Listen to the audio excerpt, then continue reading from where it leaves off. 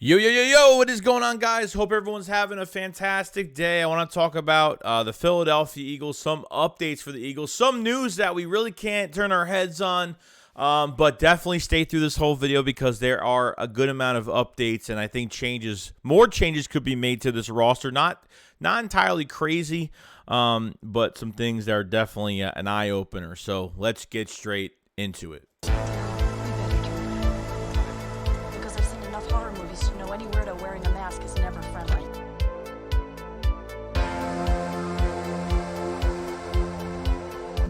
What is going on, guys? Hope everyone's having a fantastic day. So a few things I definitely want to go over for the day, which I think is really important. Now, there has been some names thrown around, and since Dallas Goedert is on IR right now, we're thinking about Jack Stahl. We're thinking about, Grant Calcaterra. We're thinking about Tyree Jackson.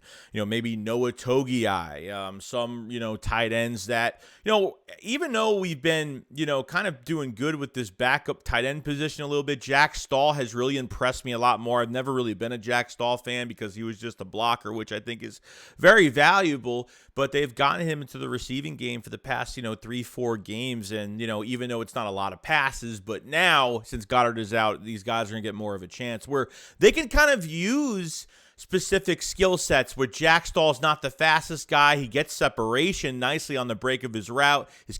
His catching is reliable. Grant Calcaterra just has all speed, which I do like too. I don't know how good his blocking is, but I know he's got the speed to do it. We haven't seen Calcaterra since the second half of that first Washington game, week 3. Which is pretty cool. So it's another player that I'm kind of really excited about. The Eagles kept on the roster. He played in the last preseason game, and he made the team. You know what I mean? So, which was really a good thing. And Tyree Jackson is 21-day practice window is, I think, off PUP list now and is ready to play at any moment. And I think he's more of a next-year type of deal. I don't think Tyree Jackson's going to get much reps this season. I think he's more of an off-season. Let him have another off-season. This would have been his second year playing tight end.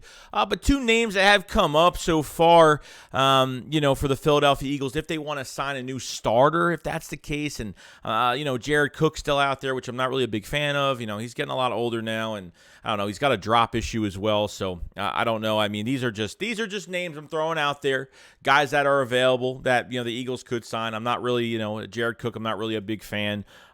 Eric Ebron is definitely another guy. Nick did coach. Eric Ebron. Nick was the offensive coordinator for the Colts, and knows Eric Ebron very well. When he was with the Colts and played pretty well. And obviously went to Pittsburgh, and unfortunately has been having a lot of hamstring injuries last year, hamstring after hamstring after hamstring. And just once these guys, and there's nothing you can do for a hamstring injury. You got to let that thing sit. Nothing you could do for hamstring injury. So that's what he's been dealing with all of last year and is still a free agent. No one's picking him up. So this could be another option, I guess. Could he stay healthy? That's really the big question. So at the end of the day with the tight ends, I think they should just keep what they have as of right now. I mean, unless things get really bad where we're not getting enough, it just sucks because Dallas Goedert's just having a Pro Bowl caliber year this year. And it's really, and I'm still pissed off about the beginning of the week. And, that injury occurred because of really pretty much pulling his head down too much and, on the face mask, and it made him lose the ball, and it got the guy hurt for the rest of the season. So hopefully he comes back at the end of the year. There's no timetable on Dallas Goedert right now, but I feel like I feel pretty good about Jack Stahl and Grant Calcaterra right now. Even Noah Togiai had a really good preseason too, so I mean, I'm good with Jack Stahl and Calcaterra. Calcaterra's got the speed, and Jack Stahl is more of a balanced type tight end where he's reliable in his hands and he can block very well. You can use two tight end sets if you want with both of them, depending on how they want to use some of these guys, if that's what they want to do, which is going to be really interesting. So you guys let me know about that situation with the tight ends. We haven't really talked about it. I don't even remember if we talked about it earlier this week because we were going over this loss against Washington and the Saints' schedule so far. The Saints are giving the Eagles right now the 4th overall pick. If the Raiders beat the Colts this past weekend, we would have had the 3rd overall pick, which is kind of crazy. So obviously some good news out of this whole situation. The rest of their schedule so far is They have the Rams this week, which they could definitely lose that game. I think it's 50-50, but I think they could lose that game. San Francisco's a loss. Tampa Bay's a loss. The Falcons is up and down too, so we'll see about that. And then they have the Browns after that, which is a loss. So I think they could lose 4 out of the 5 games, or at least they could lose all these games, really. The Falcons, like I said, is one that I'm kind of up and down about, and the Rams too, because the Rams haven't looked really good this year. So I think you're still going to have a really good pick after this season so far. Well, let's just see how these go. I mean, the Eagles will be in the playoffs. The Eagles, will be up there. And, since the Eagles, other than this game that we played, hopefully have a kind of rebound a little bit and play very well. And, to have a top 5 pick is just absolutely insane. And that pick can get higher from other teams losing or winning, depending on the teams that we need to win or lose to make that pick a lot higher than what it is. So you end up getting a top 5 pick after this year. Damn, it's gonna be kind of crazy. Thanks to Howie Roseman on that with the Saints. Their schedule is not really favoring them so much the rest of the season. Michael Thomas is out the rest of the year with I think a toe. He had toe surgery and has already missed enough time. So, and Jarvis Landry just got back from injury last week. So we got to see how this goes. Here's one that's really, really spiced up a little bit here with Darren Sproles. Now, I don't know what show this was on NFL Network, but he had an interview with Kay Adams.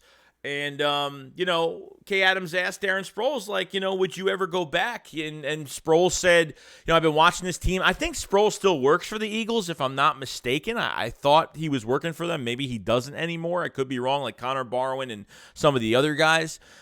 He said if there was a chance for him to come back, if they called him just for the playoffs, if they wanted him to get punts, return punts for the playoffs, he will do it. And guys, I'm not going to lie here. Sproles has been gone since 2017. He's been working with the Eagles, and he hasn't went anywhere else. Even a couple years ago, if you remember, he was, he had an interview on, if a team called him up or needed him, he would definitely go and play for another team if they needed him for special teams or something like that. But he said pretty much if the Eagles gave him a call and want to use him for the playoffs for punt returns, because he's been watching this team on special teams every single week. I mean, guys, he's waiting for that phone call. He's a huge upgrade for what we have right now. Michael Clay is probably one of the worst special teams coordinators I've ever seen, so he definitely needs to get fired after this year. It's coming to a point now. This is from practice, the other day? I mean, they got A.J. Brown and Quez Watkins and Devontae Smith returning punts. Stop this. Stop this. Why are they wasting time doing this? I'm guessing they're doing this, and Greg Ward as well. They're doing this, okay, because God knows if we back up a team into their end zone, we all know that if they're trying 3 other guys, okay, 3 other guys, 3 or 4 other guys other than Britton Covey, it's a problem. That means if we back a team into their end zone and they have to punt the ball, they're not going to put Covey back there. If it's an important drive that they need or yards that they need desperately, they're going to put one of these skill set players in there. And I don't want to risk any of these other guys getting hurt because there are starting wide receivers besides Greg Ward that I could say, okay, Greg Ward would probably maybe be an upgrade because we've seen enough of him. We saw enough of him on punt returns, and that's when Jalen Reagor came in, and pretty much they never benched him after that.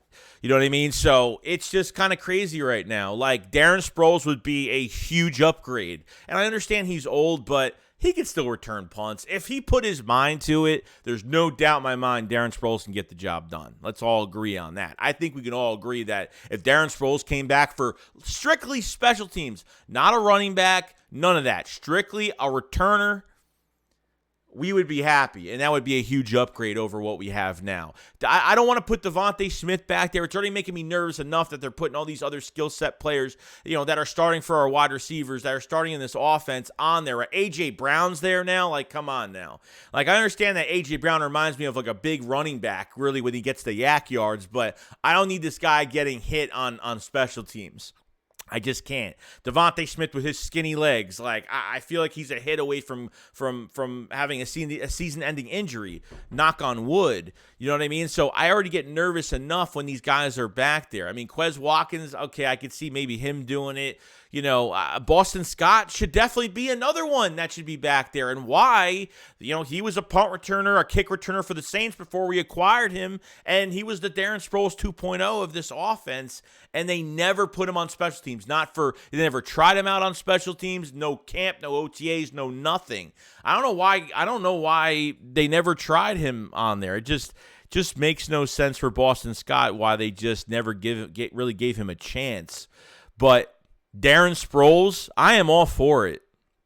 I am all for Darren Sproles coming back to the Eagles for strictly special teams and he just said playoffs. He didn't say the rest of this season. He said if they sign him for the playoffs, put Britton Covey back to practice squad. He said he'll go in there and he'll do his thing. I know he's got juice in the tank when it just comes. He's not going to be a running back. They're not going to give him snaps. Unless we lose like a couple running backs, it'll be a different story.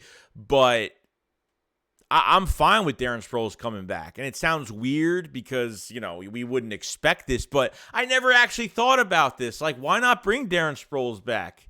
Just for the playoffs. Who cares? You know what I mean? You're not giving him a workload. He's punt returning, whatever the case may be. At this point, we have to deal with what we deal with on our kick returns, but as a punt returner, why not? Have no issue with it at all. So you guys let me know on the situation with Darren Sproles. Would you bring him back in just for the playoffs in general? If you guys haven't, definitely search it up on Twitter and watch the whole video because we talked about the Eagles a little bit, and he's been watching every week. You know what I mean? And he knows they need help at punt return, and they got to budge and just let this happen. I think this is the smartest choice that they could make. That would make our special teams, even though we're not a big fan of the blocking, Darren Sproles is Darren Sproles, okay?